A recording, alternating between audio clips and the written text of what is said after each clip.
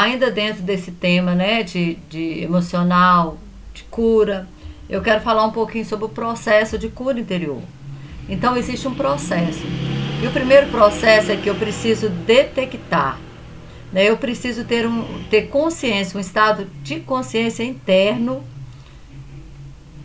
do que tem me afetado a minha vida, o que tem me tornado vulnerável. Então eu tenho que detectar, eu tenho que ter consciência, porque eu só vou lidar com aquilo que eu tenho consciência. O que eu não tenho consciência é muito difícil. Então eu preciso ter consciência daquilo, porque a maioria das pessoas, elas vão vivendo no automático. Ela não procura se autoconhecer, né? Porque não quero mexer nisso. Né? Às vezes tem feridas lá do passado, coisa antiga, e a pessoa vive na autonegação. Não, eu não quero mexer nisso, eu não quero saber disso, e vai vivendo a vida ali no automático, né? Como a música lá do Zeca Pagodinho, vida leva eu, deixa a vida me levar, a vida leva eu. Vai vivendo assim, né? Igual uma enxurrada descendo morro abaixo. Já viu uma enxurrada descendo morro abaixo? O que acontece? Ela vai acabar onde? Ela vai acabar dentro do bueiro. Ou seja, a vida às vezes vai acabar dentro de um buraco. Por quê? Porque você não enfrentou o problema que você tem. Então, a gente tem que detectar. Primeira coisa é detectar esse problema, né? E como que eu detecto? Através dos meus padrões comportamentais. Através dos meus padrões comportamentais. Talvez o seu padrão. O que é que você repete várias vezes no dia? Né? Tem pessoas que faz conta 2, 3 vezes, né? Tem aquela mania de fazer conta. Aí faz conta para ver se fechou o mês. Aí no outro dia faz conta de novo. Isso é um padrão repetitivo. Outros têm um padrão repetitivo, né? De se autopunir, de ficar relembrando coisas do passado. Relembrar, eu devia ter feito aquela faculdade. Por que eu não fiz? Por que eu não... Isso também é algo, né, que você precisa, é padrão comportamental. E esse padrão comportamental vai fazer você chegar na causa, para você conseguir solucionar essa causa. Então eu tenho que detectar. Como que eu detecto? Através do comportamento, do padrão comportamental. De que forma que eu estou agindo? Todas as vezes que as pessoas falam algo comigo, eu me sinto magoado, ou eu sou agressiva, é um comportamento, é um padrão comportamental. Eu sou uma pessoa dura, eu nunca peço perdão, é um padrão comportamental. Eu sempre respondo, eu não levo desaforo para casa, é um padrão comportamental. Então isso tudo aí, através desse padrão, você vai chegar ao quê? Na causa, e você vai conseguir solucionar o problema. Então, se o meu problema é, eu sou sempre agressiva, então eu vou procurar saber por que eu sou. Eu sou igual um porco espinho. Por que eu sou? Por que eu firo as pessoas? Porque eu tenho medo de ser ferido. Eu tenho medo das pessoas tocarem na minha ferida. Então, antes que me fere, eu vou ferir. Então, isso é um padrão comportamental. E isso mostra que você tem uma ferida. Uma ferida interna que precisa ser, que já tá mostrando a causa. Né? Você está machucado por causa de alguma forma que alguém te feriu, que seja com palavras, ou talvez até mesmo com uma atitude, e hoje você se tornou uma pessoa que fere os outros. Que antes que a pessoa fale alguma coisa, você já vem com 10 pedras na mão. É um padrão comportamental. Então você tem que detectar. Por quê? Porque aí você vai ver que tem uma causa, e aí para você conseguir solucionar isso. Ok? O segundo é não aceitar.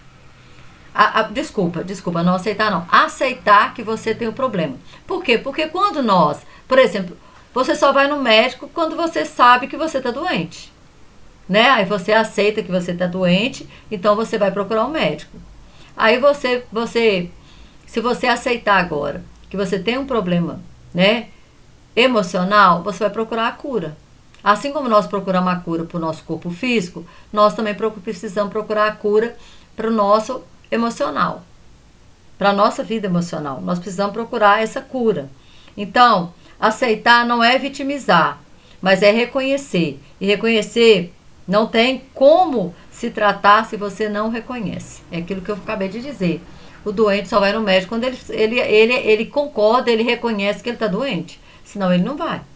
Então ele não vai tomar o remédio se ele não concorda que ele está doente. Mas tem pessoas que vivem na negação. Por exemplo, a pessoa tem uma raiz de amargura. Aí você fala com ela, olha, fulano, libera o perdão para ciclano. Já perdoei. Já está perdoado. Mas a dor está lá, fala da pessoa com ressentimento, fica ressentindo aquela ferida, aquelas palavras, aquela situação que aconteceu e fala que perdoou. Como que perdoou? Então ela vive na negação. Aí isso aí já é algo que ela decidiu, ela quer se enganar. Ela quer se enganar que resolveu o problema, mas não resolveu. Não resolveu. Então eu preciso encarar o problema de frente. Tá? E o terceiro, eu preciso me comprometer com o processo. Houve um processo para a ferida se instalar. E tem que haver um processo para a cura. Quando a gente não passa pelo processo, a pessoa fica remoendo e reforçando a ferida. Lá em Efésios 4, eu só vou citar, o 26 fala assim: irai-vos e não pequeis, não se põe o sol sobre a vossa ira. Ou seja, Deus está falando assim, resolve o problema no mesmo dia. Irá, o que é? Fulano me ofendeu e eu fiquei chateado. Beleza, isso é normal, isso é da nossa natureza. Mas o que eu tenho que fazer com isso? O que eu tenho que fazer? Eu tenho que perdoar ele. Porque senão eu vou pecar. Irai-vos e não pequeis. Não se põe o sol sobre a vossa ira. Não deixe para outro dia para você perdoar. Não deixe para que esse perdão vá para o outro dia. Porque o Efésios 4, 27 fala assim, não dê lugar ao diabo. Que diabo você está dando lugar? Aquele atormentador que vai ficar trazendo na sua memória aquilo que aconteceu, que vai fazer você ficar sofrendo, que vai ficar reforçando aquelas palavras da pessoa na sua mente, e você deita com aquela pessoa na mente, e acorda com aquela pessoa na mente, e na sua mente você briga com a pessoa, e na mente você fala, né, o que você acha que deveria ter falado. Então vai se tornando o quê? Uma ferida, uma raiz de amargura. Por quê? Porque você deixou o sol se pôr, você não resolveu no mesmo dia. Você não resolveu, você foi protelando, procrastinando. Tem coisa que a gente não pode procrastinar. Não pode. Tem coisa que tem que ser resolvida no dia. Não pode deixar para amanhã. Não pode deixar. Por quê? Porque o inimigo ele vai tirar proveito.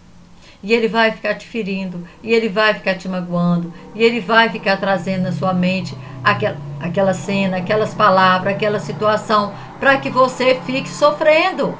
Então nós precisamos o quê? Perdoar. Perdoar. Isso aí é muito necessário. E às vezes, sabe, nós precisamos também nos perdoar. Porque às vezes você fica se autoacusando. Porque aí Satanás faz isso, né? Ele tem uma estratégia bem definida. Primeiro ele te tenta para você cair na tentação. Aí depois que você caiu, cometeu o pecado, aí ele vem para te acusar. Ah, mas você não é crente? Ah, mas você não é isso? Ah, mas porque você devia ter feito isso? Não. Aí é a estratégia dele. Primeiro ele vai te tentar. Se você caiu na tentação dele, aí ele vai te acusar. Essa é a estratégia. E ela funciona. Por que ele vai mudar de estratégia? Por que ele vai mudar? Então, nós temos que estar sabendo dessa estratégia dele e estar blindando, né, o nosso campo emocional, não permitindo falta de perdão na nossa vida. Estar sempre com o nosso coração limpo. Não deixar nenhum lixo acumulado dentro do nosso coração. Ok? Então, quarto, eu preciso ressignificar. O que é ressignificar, irmão? É dar um novo sentido para aquilo. Dar um novo sentido. Como eu já falei em outros vídeos, nós vemos a vida do apóstolo Paulo. Paulo, ele sempre viu o lado positivo, mesmo das prisões dele. Se você ler Filipenses, do 1 ao 12, ele fala assim, olha, eu estou feliz com as minhas prisões, porque com elas a guarda pretoriana está conhecendo o evangelho. Ele estava podendo pregar ali para os guardas.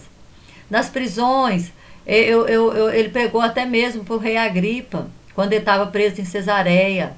Então, o que nós podemos entender? Que Paulo, ele olhava o lado positivo e não o negativo. Então, às vezes, a gente só olha o lado negativo das coisas. Mas tem um lado positivo, que a gente precisa olhar esse lado positivo. Que, às vezes, né, a dor é tão grande que você não consegue enxergar. Mas existe um lado, né? que eu preciso ressignificar essa dor. Deus não permitiu essa dor por acaso. Às vezes nós aprendemos, né, com ela, nós aprendemos nessa situação. E às vezes aquilo que mais me feriu é naquela área que Deus vai te usar para abençoar outras pessoas. Quantas vezes a gente vê isso, né? Às vezes o filho morreu de câncer, aí os pais começam uma campanha para ajudar famílias que têm pessoas com câncer, né? A gente vê isso aí, olha, a família do Cazuza, por exemplo, que trabalha com o pessoal com AIDS, né? Dos aidéticos, e tantos outros que vão fundando, né? Fazendo as fundações, que vão ressignificando a dor deles, ajudando outras pessoas. Então a minha dor é para ajudar outra pessoa. Talvez a sua dor foi que você esteve preso, passou ali, conheceu aquela vida ali, né, de prisão, de cárcere. Aí hoje você pode entrar lá e você pode pregar para os presos, porque você esteve lá, você sabe o que eles estão passando. Você vai ter facilidade, você sabe até mesmo a linguagem que eles usam. Você não vai chegar lá e vai ser um peixe fora d'água. Agora, a pessoa que nunca esteve dentro de uma prisão, chega lá, ela não vai nem saber, ela vai se sentir um peixe fora d'água, não vai conseguir passar aquilo que deveria passar.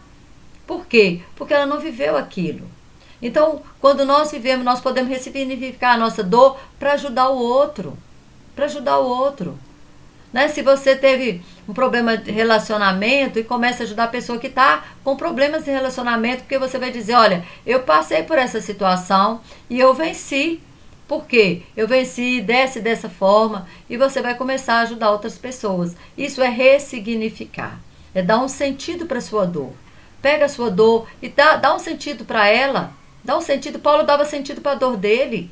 Ele falou, o sentido que ele dava era, olha, estou feliz. Estou feliz que o povo está ouvindo a palavra. Estou feliz porque os irmãos agora estão pregando. Antes eles ficavam só esperando por Paulo, mas agora eles estão pregando o evangelho, né? Seja lá como for, ele olhava sempre o lado positivo. Você não vai encontrar nenhum vitimismo na vida de Paulo. Você não vai encontrar ele reclamando de nada. Sempre olhando aquilo que ressignificando, né? Aquele momento de dor.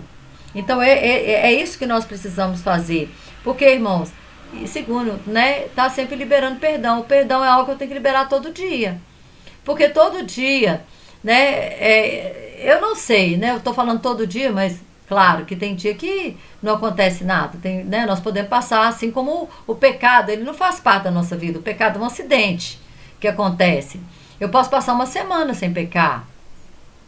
Né, eu posso passar um dia, 2 dias, 3, 10, sem pecar. Por quê? Porque ele não faz parte da minha vida. Ele não tem que ser mais. Ele tem que ser um acidente. E acidente não acontece todo dia e toda hora. Você não vive acidentando, porque senão você já está morto. Né? A pessoa que vive no acidente todo dia está morto. Está morto. Então, o pecado é acidente. E perdão também. Perdão não é acidente. Perdão é assim como o pecado. Ele aconteceu comigo acidentalmente. Acidentalmente, alguém pode me ferir. E aí, o que eu tenho que fazer? Liberar perdão. Liberar perdão sempre, sempre. Nunca deixar que aquilo se torne raiz de amargura. Ok? Então, nós precisamos fazer o quê?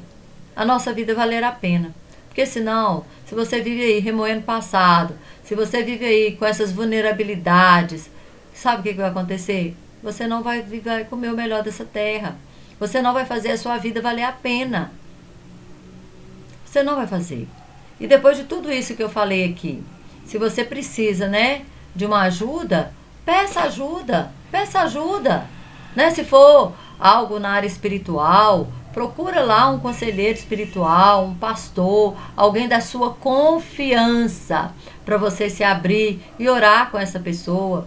Se é um problema emocional que vem desde a infância lá, você precisa procurar alguém que trabalhe na área de cura interior, procurar um psicólogo que vai te ajudar a identificar, né, esses traumas, esses bloqueios, que vai passar terapias para você ir se desvencilhando disso. Então, não fique se vitimizando, saia desse lugar de vítima e procure ajuda.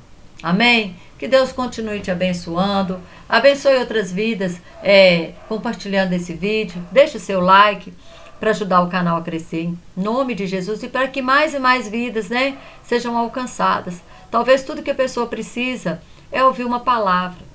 E talvez é um choque de realidade, porque às vezes a palavra vai trazer um choque de realidade na vida dessa pessoa, e essa pessoa vai conseguir sair desse lugar. Ok? Que Deus te abençoe e até o próximo vídeo. Em nome de Jesus.